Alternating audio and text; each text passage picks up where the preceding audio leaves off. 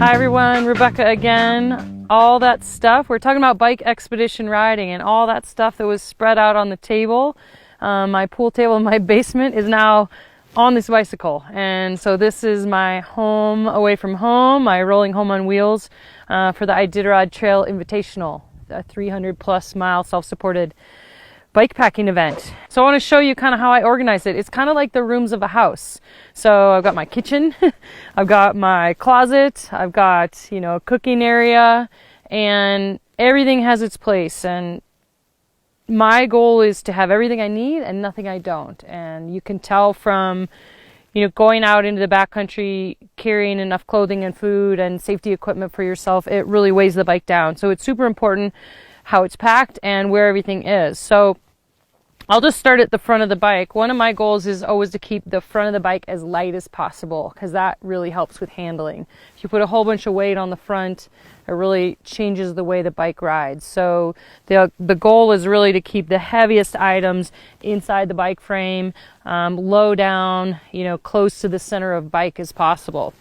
So this front roll right here, this white tube, that's loaded with things like a down jacket, extra gloves, my down over boots if my feet get really cold.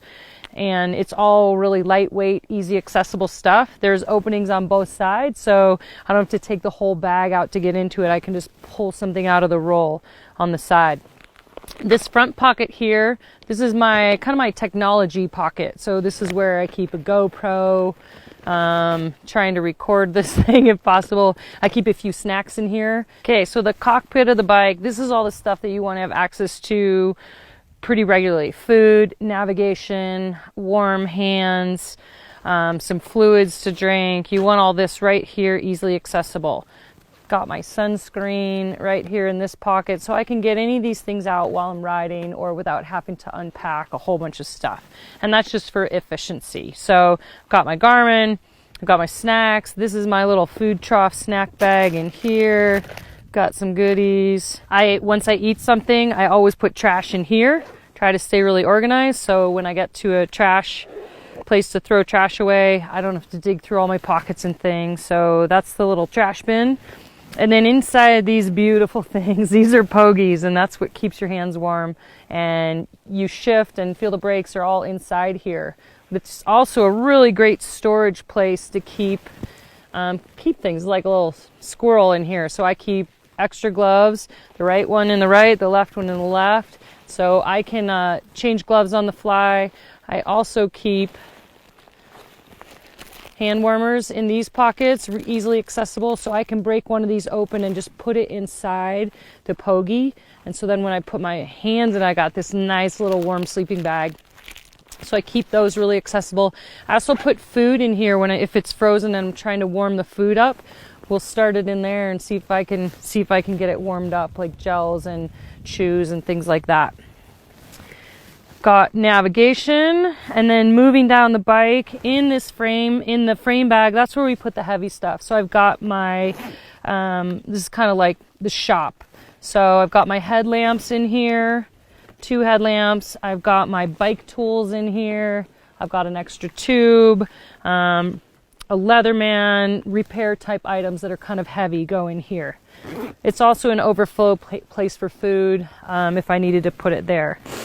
On the other side, a pump, a multi-tool, also easily accessible. So if I do have to do some bike repair, it's just right there and I don't have to dig too far into the bags. Let's see. Let's go to the back here. So this is kind of like the kitchen and the bedroom area. So my -40 Sea to Summit sleeping bag. This is my emergency shelter, or if I sleep outside, that's going to be it. No tent or anything like that, just sleeping bag and a bivvy and a pad. In this side over here, this is my stove and fuel. If I need to heat water or melt snow and heat water, a thermos to put warm fluids in, or a recovery drink or things like that. So this is kind of the kitchen area.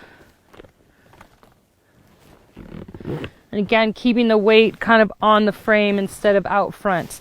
On this other side, this is my closet, and I've got in here extra gloves, my rain jacket, waterproof jacket, waterproof pants.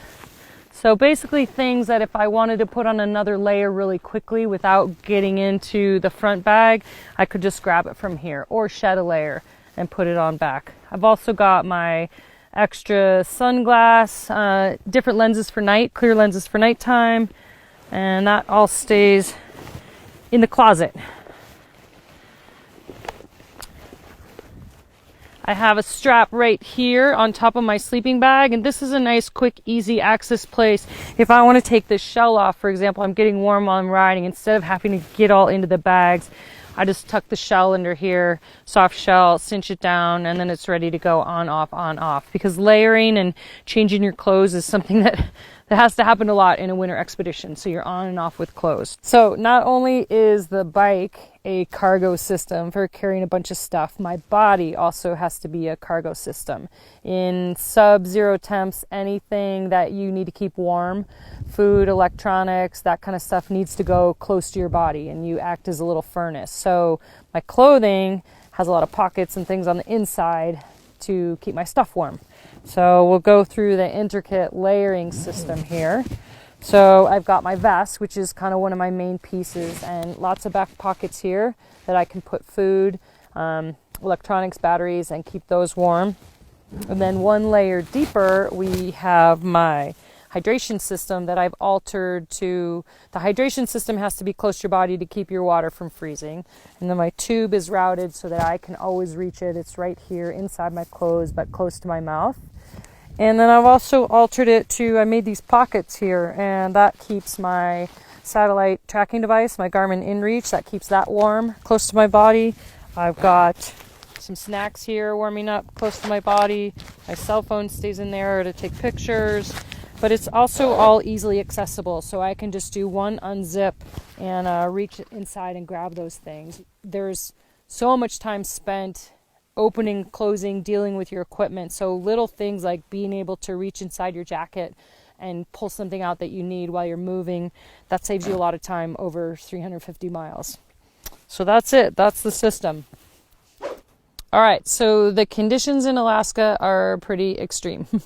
It could be -50 and windy, which is super duper cold. So not only am I taking precautions for my body to stay warm in those temps, but there's also some pretty specific super cold weather adaptations that I've made to the bike. So one example is the brakes. So instead of hydraulic brakes, these are mechanical brakes because the hydraulic brake fluid can freeze. And so mechanical brakes are reliable and they're going to work no matter what the temperature is. Also inside the tires, I have a special sealant from Orange Seal that is for sub-zero temperatures. So with tubeless tires, you have the sealant inside, but you need to use this specific one to keep, so that the fluid will actually work and do its job and keep your tires sealed. I also have studded tires on because in Alaska, I will be riding on frozen rivers and lakes. And it's pretty terrifying. That's one of the scariest things, but studded tires to make sure that I've always got traction. And then when I get to Alaska, I'll go to the shop there, Speedway Cycles, and they will actually rebuild my wheel hubs and the bearings to put special cold weather lubrication in there that isn't going to freeze. And that's how they do it in Alaska, so that's how I'm going to do it here. So this is the Alaska rig for year number 2. Going back year number 2, a lot more educated about what riding in Alaska is like, a lot more educated about the equipment, tighter with my gear. I'm in better shape and I feel really good about it. I'm still nervous about the terrain and the conditions that I'm going to be riding in, but I'm confident in myself and my gear, and that's a really good feeling. And so this is how it looks, all loaded up.